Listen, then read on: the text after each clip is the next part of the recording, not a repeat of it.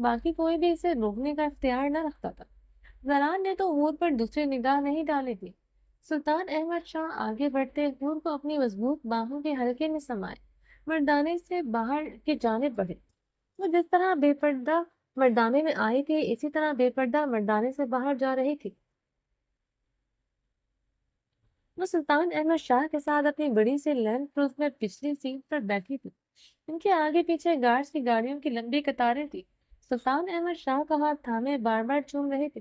وہ سپاٹ انداز میں سلطان احمد شاہ کے پہلوؤں میں بیٹھی سنجیدہ نگاہوں سے گاڑی کے بیک ویو مرر سے ساحر خان زادہ کو دیکھ رہی تھی، جو ڈرائیونگ سیٹ پر بیٹھا ڈرائیو کرتے نم شکوہ کناہ نگاہوں سے بیک ویو مرر سے اسے ہی دیکھ رہا تھا۔ وہ اسے دیکھتا گرد سے نم آنکھوں سے مسکرا رہا تھا۔ ساحر خان زادہ کو اپنے لفظ اپنی سماعتوں میں گونجتے سنائی دے رہے تھے۔ اس کی آنکھوں سے آنسو بہہ رہے تھے اور لبوں پر مسکراہٹ رقصا تھی۔ وہ ابھی بھی اسے سپاٹ نگاہوں سے دیکھے جا رہی تھی۔ دونوں ہی ایک دوسرے کی آنکھوں میں آنکھیں گاڑے ہوئے تھے۔ تم 18 کی ہونے سے پہلے ہی میری ہو جاؤ گی، مکمل طور پر صرف ساحر خان زادہ کی، سر سے لے کر صرف میری۔ تم صرف ساحر خان کا حق ہو اور ساحر خان پر تو صرف تمہارا ہی حق ہے۔ میں کچھ دن تو کیا ساری عمر تمہارا گارڈ بن کر رہنا چاہتا ہوں۔ وہ اپنے الفاظ یاد کرتا ایسی بھیگی نگاہوں سے دیکھتا مسکرائے جا رہا تھا۔ اب سبز آنکھوں میں پہلے سے بھی زیادہ اشک رواں تھے، کیونکہ اب بیک ویو مرر سے نظر آتی سپاٹ سر نگاہوں سے دیکھتے ستم گر لفظ یاد آئے تھے۔ ابھی اتنا بھی کانفیڈنس اچھا نہیں ہے، یہ نہ ہو اسے پہنے میں کسی اور کی ہو جاؤ۔ اور اس کے لفظ سچ ہوئے تھے، وہ 18 کی ہونے سے پہلے کسی اور کی ہو چکی تھی۔ کاش اس دن اس کے لفظ پورے ہونے سے پہلے اس کی زبان کھینچ لیتا۔ ساحر خان اسے بیک ویو مرر سے سرخ آنکھوں سے دیکھتا اپنے ہاتھوں کی گرفت اسٹیئرنگ پر مضبوط کر گیا تھا۔ میرا یار کیا مجھ سے دور ہوا، یہ دل کتنا مجبور ہوا، کوئی کیا اب اس کو جوڑے گا جو شیشہ چکنا چور ہوا۔ وہ اسے زخمی نگاہوں سے دیکھ رہا تھا، جس کی سب نگاہیں ابھی تک اس پر گڑی ہوئی تھی۔ گاڑی کی سپیڈ تیز ہوئی تھی، سب آنکھوں میں آنسو کی لڑیوں میں اضافہ ہوا تھا۔ یکدم گاڑی کو جھٹکا لگا تھا۔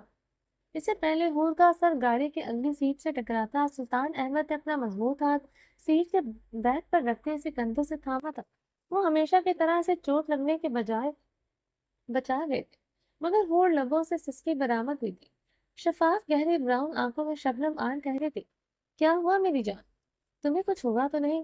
سلطان احمد دیوانوں کی طرح حور کی نم پلکوں پر انگلیاں رکھے اس کا ماتھا چوم گئے۔ وہ اپنا نگاہوں کے ساحر کو دیکھ رہی تھی جو روتے ہوئے اسے شکوہ کے نہ نگاہوں سے دیکھ رہا تھا۔ کیا کھیل عشق نے کھیلا ہے، کیا غم کا لگا میلہ ہے، اب ٹکڑے چلنے پھرتے ہیں یہ کیسے زخم لگا بیٹھے۔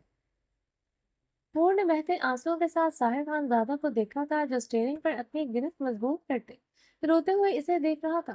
یہ وقت کی کیسی ہوا چلے، نہ یار رہا نہ اس کی گھر۔ سرسبز آنکھوں میں شکوہ رمک رہے تھے۔ یکدم گاڑی رکی تھی، آگے پیچھے گارڈز کی بھی تمام گاڑیاں رکی تھی۔ سلطان احمد شاہ نے حور کا ہاتھ لبوں سے لگائے ساحر خان زادہ کو دیکھا۔ وہ اسٹیئرنگ پر ہاتھ جمائے گہری سانس لے رہا تھا۔ سلطان احمد شاہ اپنی بھیگی آنکھیں رگڑتے اپنی نگاہیں پھیر رہے تھے۔ ساحر خان زادہ یکدم گاڑی سے اترتا گاڑی سے ٹیک لگائے برستی بارش کا حصہ بنا تھا۔ ساحر خان زادہ کافی دیر تک برستی بارش میں گاڑی سے ٹیک لگائے کھڑا رہا تھا۔ اندر بیٹھی حور کو گاڑی میں گھٹن ہونے لگی تھی۔ اس نے گاڑی کا شیشہ کھولا تھا، برستی بارش کے فوار کھڑکی سے اندر آتی اسے بھگو گئی تھی۔ وہ بہتے جھرنے کی طرح تیز تیز قدموں سے بڑھ رہا تھا۔ وہ اب اس جھرنے کے کنارے پنجوں کے بل بیٹھتے اس جھرنے کے ٹھنڈے پانی سے چھینٹے اپنی آنکھوں پر مار رہا تھا۔ وہ گاڑی کے شیشے سے اسے دیکھ رہی تھی تو پاگلوں کی طرح اپنی آنکھوں پر پانی کے چھینٹے مارے جا رہا تھا۔ آنکھوں کی سرخی اور تپش کم نہیں ہوئی تھی، اسی لیے وہ اب اپنے منہ پر پانی کے چھپاکے مار رہا تھا، مگر تپش کم ہونے کے بجائے بڑھ رہی تھی۔ بارش نے شدت اختیار کی تھی، اب آسمان کی طرف دیکھ رہا تھا۔ بس اتنی خطا تھی، عشق کیا۔ کیوں عشق کیا، یہ سزا ملے۔ اسے اپنے لفظ پھر یاد آئے تھے، تم صرف ساحر خان کی ہو، صرف ساحر خان کی ملکیت۔ تم پر کسی کا غیر کا سایہ بھی پڑا تو ساحر خان کی جان لے لے، اس کی جان لے لے گا۔